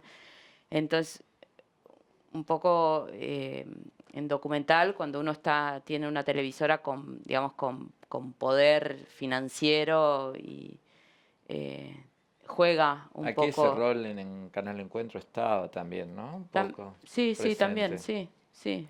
Pero bueno, pero eso Sí. ya eran como, siento Sí. que eran como más productos para ellos, Sí, ¿entendés? y Era más como, cercano, sí. era como algo, casi un encargo de Canal Encuentro. En cambio acá, no sé, canales como, no sé, Arte o los canales holandeses o la BBC, muchas veces se asocia a películas y tienen ciertas demandas editoriales que muchas veces pueden ser bastante fuertes. Y ni hablar cuando hay, tipo, a mí me ha pasado tener a 4 canales de televisión fuertes involucrados en una película y que cada uno tenga su opinión de lo que la película debía ser. Entonces, como decir, bueno, después uno aprende y sabe que los tiene que juntar a todos para la proyección y que la miren todos juntos y todos terminan pensando lo mismo. Pero Y bueno, al principio son esos errores que después cuestan carísimos, porque era como, bueno, cambiemos esto, a este no le gusta, a este le gusta. Es como... Pero bueno, no es el público, sino es como un emisario del público o algo así. Y gracias, porque aclara mucho mi pregunta. Y además, si creen que Netflix, o sea, yo creo que sí, pero que Netflix está produciendo de esa forma y muchas plataformas on demand, más que nada con las series, produciendo de esa forma. Lo digo por segundas temporadas de series que ni siquiera tenían historia cuando empezaron la primera y fue como, wow, surgió de la nada. Bueno, está la figura del showrunner Sí. en televisión, que es un poco lo que cuenta ella, que es quien le da como el perfil, el objetivo, digamos. Y cuando vos haces una serie para HBO o Netflix o quien sea, está el director, estás vos como productor, y por encima de todo eso está el showrunner que te dice, mira, hay que ir para allá. Y supongo que lo hacen en función de un conocimiento del mercado y la demanda. Eso es muy claro en la televisión. Sí, en el caso de Netflix está el famoso algoritmo Exacto. de Netflix. Sí. Desconocemos los números, pero supuestamente a partir de ahí ellos toman decisiones. Por ejemplo, yo hablaba de las comedias más adelante, más atrás digo. Y cuando ustedes se sientan a hablar de Netflix, te dicen, comedia no. ¿Por qué? Porque la comedia no trabaja bien en solamente un territorio, nosotros vendemos por territorios más amplios. Ahora, ¿cuánto de eso hay de verdad y cuánto eso es de mentira? ¿Cuánto hay de series que muchas veces Netflix empieza una primera temporada sin tener un gran estudio de mercado? Porque la verdad es que cuando las cosas funcionan, funcionan más allá de nuestro conocimiento y nuestras ganas y nuestro deseo. Cuando las películas superan los 400 o 500 mil espectadores, hablo de películas que están instaladas en Argentina, películas nacionales, instaladas con un poderío o con un aparato promocional para que logren eso, de mínima. Bueno, eso lo podés, qué sé yo, hay películas que han llegado a 500.000, 400 o 600.000 espectadores, mueren ahí, pero cuando la película pasa el 1.000.000 de espectadores, es que está sucediendo un fenómeno social, sociocultural, del cual no somos responsables. O sea, por ahí, si estuvimos en esa película en particular, algo pasó, pero ni siquiera lo podemos capitalizar para decir el año que viene hay que hacer eso de nuevo. No lo vamos a poder hacer. Entonces, digo, cuando las cosas funcionan, lo que te va a decir Netflix, mira, funciona y además lo que más funciona es esto, porque en tal capítulo, según el algoritmo, tanta gente lo vio hasta acá y tanta gente lo vio hasta allá. Y a partir de ahí te pueden ir guiando. Pero hay algo que está en el talento del director, de los autores, de los actores, de la temática, cómo pegó con el espectador, que ni Netflix, digo, quizás dentro de muchos años, con el algoritmo y la masa crítica sea enorme, quizás haya más ciencia en esto, pero por ahora no O lo cuando veo. compartan pero el perdón, algoritmo. una cosa, me una cosa, olvidé. para agregar una cosita chiquita. Sí. Ahora me haces pensar una cosa. El problema que hay es que hay una pata que los productores ahora no conocemos más, porque cuando vos haces una película, estrenás en el cine, vos conocés el resultado de esa película y podés evaluar. Cuando vos metés una película en Netflix, vos no conocés el resultado de tu producto, porque no te dan la información. Y no es solo Netflix, es como una especie de política. Entonces, hay una parte de la cadena donde vos no sabés cuál fue la performance de tu producto. Entonces es muy difícil volver a la primera pregunta, que es, ¿y entonces qué les doy? Ellos te dicen sí o no, que es lo que dice Nacho, y capaz te puede alcanzar con esa respuesta y listo, pero vos no tenés de verdad el tacto de... Yo estreno una película en tanta cantidad de salas y veo si funcionó mejor en Gran Buenos Aires, en el interior, en Capital, y puedo, aunque sea con el diario del lunes, hacer o elucubraciones o digamos, conclusiones. Pero hay algo que está empezando a faltar, que es el resultado, la información sobre eso. Y eso te hace volver al principio, porque no te termina de quedar claro hacia dónde ir. Básicamente las decisiones las toman otros, o esa es la idea.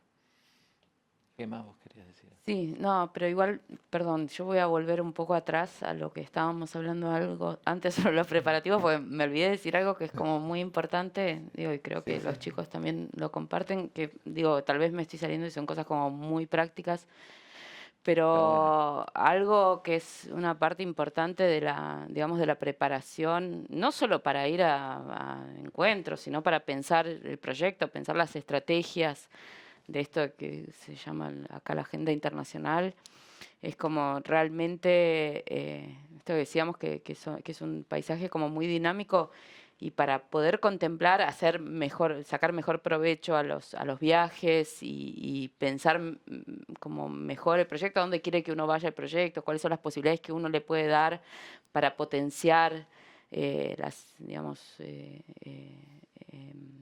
las ideas del director y llegar que sea la mejor película posible, es como uno se tiene que informar absolutamente de todo, de todas las posibilidades, digamos, de financiación, de asociación, cuáles son los fondos. O sea, uno tiene que llegar a, no sé, llegar a San Sebastián y estar sentado, y si te conoces a alguien de Eslovaquia, más o menos saber que en Eslovaquia hay un fondo minoritario de coproducción.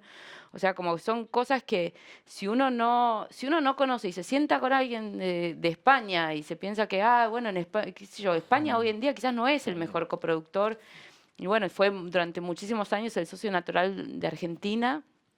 Quizás hay nuevos jugadores en el escenario, digamos, en el escenario internacional, que son tal vez mucho más interesantes que que Alemania y España, que son como, no sé, como los que uno naturalmente busca. Entonces eso sí, como informarse sobre fondos, qué sé yo, saber que, no sé, esas cosas como detalles, como saber que en Alemania es un país federal, tienen fondos regionales, algunos fondos regionales tienen, ¿cómo se llama? Spending, obligaciones de gasto en el lugar, que a veces son superiores al monto que te dan. Entonces, en esa región uno tiene que tener una televisora asociada, si no, no te sirve. Entonces, pero sí hay otras regiones que tal vez no tienen esa exigencia. Como son tanta información que uno tiene que manejar para que sean como experiencias provechosas, que me parece que es como una de las cosas principales de la preparación para un encuentro, para un fondo, ¿no? Como nada. Sí, No, yo- y algo que dijo Nacho, que es muy importante, que es todo eso, uno supone que es un hombre de negocios o una mujer de negocios y va a cerrar un negocio, pero tiene que hacer una película. Porque muchas veces en pos de financiar una película, lo que pierde es la película, porque uno empieza a tomar un montón de decisiones que Ajá. refería Nacho, eh, que es, che, son dos gauchos y uno es alemán. ¿Y por qué? Porque conseguí plata de Alemania. No, bueno, pero digamos, hay algo que muchas veces lo económico incide en el resultado artístico, entonces es Claro, doblemente complejo la situación. Sí, o sí. te Porque alarga es los todo eso tiempos, para o hacer te... esto que yo quiero hacer, que es una película en el campo muy específica, Claro, y digamos. entender entonces cuáles son los fondos que no tienen ese tipo de exigencias artísticas o de elenco, entender cuáles son aquellos que no van a desnaturalizar la película, como es muchísimo, sí, es muchísimo trabajo, como Investigación. que la película siga siendo la película que el director tiene en mente y no termine siendo una película de coproducción, que Es re importante. es lo Y peor que te puede pasar. Lo peor para mí, una de las peores experiencias es sentarse en el cine, que empiece la película y uno diga, ah, es una coproducción. Es como, ¿qué te pasa, viste? Cuando hay, no sé, para mí hay experiencias como de películas que para mí fracasaron porque el protagonista es colombiano. Y decís, ¿qué hace acá? pues finalmente uno lo que más va a capitalizar es la identidad de lo que uno hace, Mm, ¿viste? Entonces, completamente. es así, pues lo que tenés, y no es menor. Entonces, es todo un tema ese, ¿viste? Porque el límite lo pone uno también. Che, la hago mal o no la hago. Y si no la hago, o sea, es como, uno empieza con esas cosas. Nos pasan todos los días. Y dentro de una actividad que es muy cara. Es muy cara. Cualquier película pequeña es mucho dinero. Entonces, el nivel de riesgo es muy grande. Estamos en los últimos minutos, tenemos... Sí, una ¿qué tal? Buenas pregunta. tardes. Yo quería hacer una consulta concreta en lo que tiene que ver con los acuerdos y convenios de coproducción internacional. Nosotros estamos trabajando con una ópera prima de Lucila, que ganó el año pasado ópera prima Blood Window, y ahora este año vamos a estar en el pitching de Sitges. Y en cuanto a lo que tiene que ver tenemos como varias dudas en lo que tiene que ver con esto de los acuerdos, en qué momento se presenta en el Inca y en el Inca del otro país. Si se tiene que presentar sí o sí el mismo acuerdo en nuestro país y en el Inca del otro lado, o pueden ser distintos. No sé si, digo, ustedes que tienen mucha No experiencia, pueden ser distintos. No, tiene que ser el mismo acuerdo. Ok. Bueno, El no, contrato, decís. sí, sí, el contrato. Y no solo eso, si tiene que ser, ¿en qué momento se presenta? Tiene que ser sí o sí antes del rodaje, si puede ser, o sea, ¿en qué momento? Digo, a nosotros nos sucedió con un productor mexicano que estamos trabajando que, digo, nosotros tenemos el porcentaje acá del premio que ganamos. Del otro lado, están buscando los fondos, todavía no son concretos, y es un tema ahí para cerrar un acuerdo cuando todavía no está el dinero confirmado. Y sí. Sí, Entonces, siempre como es difícil porque el Inca para esto que se llama el reconocimiento de la coproducción exige el contrato ya de coproducción y no como otra sin un figura que precontrato. sea no un precontrato. Y el plazo en el que vos tenés que presentar tu contrato en el Inca y en el Inca o en IMCINE, Ujú. en donde sea, depende del marco regulador del contrato. O sea, hay veces que, y eso hay veces que es algo con lo que podés jugar. O sea, si la legislación que rige el contrato, o sea, el acuerdo latinoamericano de coproducción, va a determinar una cosa que a veces, tal vez el acuerdo bilateral que se tiene con ese país es diferente. Sí, Siempre es antes del inicio de producción, de rodaje. de rodaje. Claro. Sí. Y por último, Pero, perdón, vos podrías hacer un análisis del proyecto, no sé, por ejemplo, el proyecto se filma todo en Argentina, seguramente sería mayoritario argentino, y México tenga que poner la participación Postproducción. artístico-técnica menor, que es un actor principal, un secundario. Bueno, entonces tendrías que hacer, bueno, la película vale 10 pesos, 8 pone Argentina, 2 pone México, y armás un convenio después de ese análisis que dentro de la lógica, y siempre tenés la opción de hacer una adenda a ese contrato donde vos ratificás o rectificás ahí el acuerdo. Eso. Y después el Inca tiene un doble tema, que es vos en otros países cuando te dan la nacionalidad, la pegó automáticamente, según el país, etcétera, corríjame si es distinto, al ser declarada nacional entra en el sistema de ayuda, así que sé yo. En Argentina vos necesitas la preclasificación, además del reconocimiento de coproducción, o sea que podrías tener una película reconocida como coproducción y preclasificada sin interés, lo que es medio demencial, pero es así. Y hay un tema que también es algo nuevo dentro de la legislación. El Inca existía, pero se permitían prórrogas, que es desde el momento que vos preclasificás en Argentina, tenés un año para empezar la película, para producir, con una opción de 6 meses más, o sea, tenés 18 meses. Ahora, eso es cuando está preclasificada. Vos podés tener el contrato, tener el reconocimiento previo de coproducción, y eso no expira, no vence. Y eso sí, te lo dio el Inca y todo. Después, a partir de ahí, si tenés la preclasificación en Argentina, a veces es muy bueno poder presentarse a un programa como el Ibermedia, que no hablamos dentro de la coproducción, pero es uno de los programas más importantes de ayuda a toda Iberoamérica. Y si hay 2 países iberoamericanos ya podrías aplicar. El problema es que Argentina, a diferencia de otros países, porque al haber tanto, en realidad, tanta producción argentina que se presenta a Ibermedia, solicita que la película, que si es mayoritaria argentina, sí esté preclasificada. Si no, no te lo dan. En otros países no importa si está o no está. Es más, a veces en Colombia es un incentivo ganar Ibermedia para que te den el fondo colombiano. En Argentina, si no tenés el argentino, no te dan Ibermedia. Pero yo Bueno, empezaría eso no por está escrito en ningún lado, pero sucede. Es lo que Claro. sucede. Y bueno, y por último, el tema de los territorios. Como que en general, digo, si vos sos mayoritario en Argentina, solés agarrar parte Argentina, el otro México. En nuestro, nada, en nuestro plan, nuestra propuesta era, bueno, que cada país, o sea, cada productora reciba en función de lo que aportaba por igual en cualquier lado. Es decir, si yo ponía el 50 y el otro 50, que el 50 y 50 sea en Argentina, en México y demás. Pero por ahí hablando con colegas me dicen, bueno, pero ¿cómo tenés manera de auditar si del otro lado te No, están... ya tenés un problema previo. Si la coproducción va a estar homologada por el Inca es imposible porque el contrato de el Convenio Iberoamericano de Coproducción prohíbe que un coproductor se pueda meter en el territorio del otro. Directamente. Está prohibido. Ah, prohíbe. Sí. No Ok. digo, si vos querés hacer un acuerdo por afuera es otra cosa. Sí. Pero la realidad está prohibido y eso tiene que ver, tiene una lógica cuando se creó hace 25 años con que había 3 o 4 países que tenían un potencial de producción muy grande contra otros que no tenían nada. Entonces, para que esos países mayores no abusaran de los países con cinematografías incipientes. Pero eso quedó así. Entonces, si en el contrato, en el Inca o en el IMCINE detectan que dice que vos tenés parte de México, vos sos parte de Argentina, directamente te anulan el contrato. Tienes que dejarlo como territorio exclusivo, cada país de cada uno de los coproductores, eventualmente hacer un acuerdo, un acuerdo no por debajo de la mesa, un acuerdo particular, porque los acuerdos privados son acuerdos privados.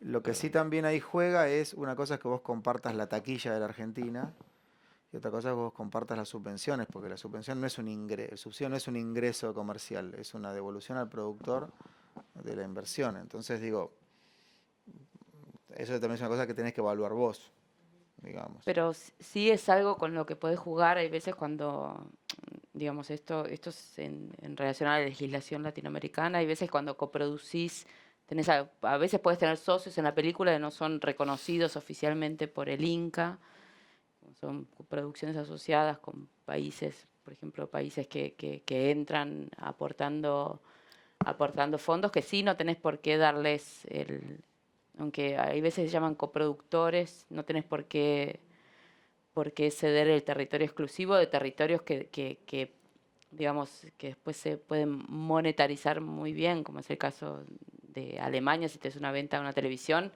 vino alguien con el World Cinema Fund, te dio 10.000 euros o 20.000, no necesariamente se tiene que quedar con todos los ingresos de las ventas de televisión. Como si es algo que tenés, lo que ellos dicen está bien, es eso, pero en otros territorios no necesariamente es así, y es algo con lo que tenés que estar muy atenta porque, digamos, puede ser una fuente muy importante de recursos. Te llevaste una tutoría de lujo, gratuita. No te diría de lujo. Sí. Bueno, para terminar le pido a cada uno, ya para cerrar, Un saludo. un número vivo. No, por ahí sí, que cada uno tire un fondo, un mercado, un encuentro, coproducción, en fin, lo que sea, un tapado, uno de esos. Gema, yo recibo cada tanto un mail de Gema con un fondo de ayuda que vos decís, ¿de dónde lo sacó? Ese que estaba totalmente fuera del radar. Pero bueno, así como, o que es muy caro a cada uno de ustedes por alguna razón, Sí. van con ese. A mí, realmente, y especialmente lo recomiendo a la gente que está empezando o que le está interesado. Yo por circunstancias, la verdad que bastante raras, empecé a trabajar como en digamos, internacionalmente hace ya 18 años, pero realmente yo creo que para mí, en mi carrera, marcó un antes y un después, como ciertas experiencias de formación que tuve, que fueron dos. Una que hice en documental, que es un taller de formación que se llama Eurodoc, y después hubo otro que es para documental y ficción, no importa, que se llama EAVE, que hice el taller. Hay uno que es latinoamericano, que se llama EAVE Puentes, y hay otro que es europeo, que tienen becas para gente de afuera, que son experiencias son talleres de formación como muy reconocidos internacionalmente, que seleccionan a un grupo de productores que los invitan a desarrollar un proyecto a lo largo de un año.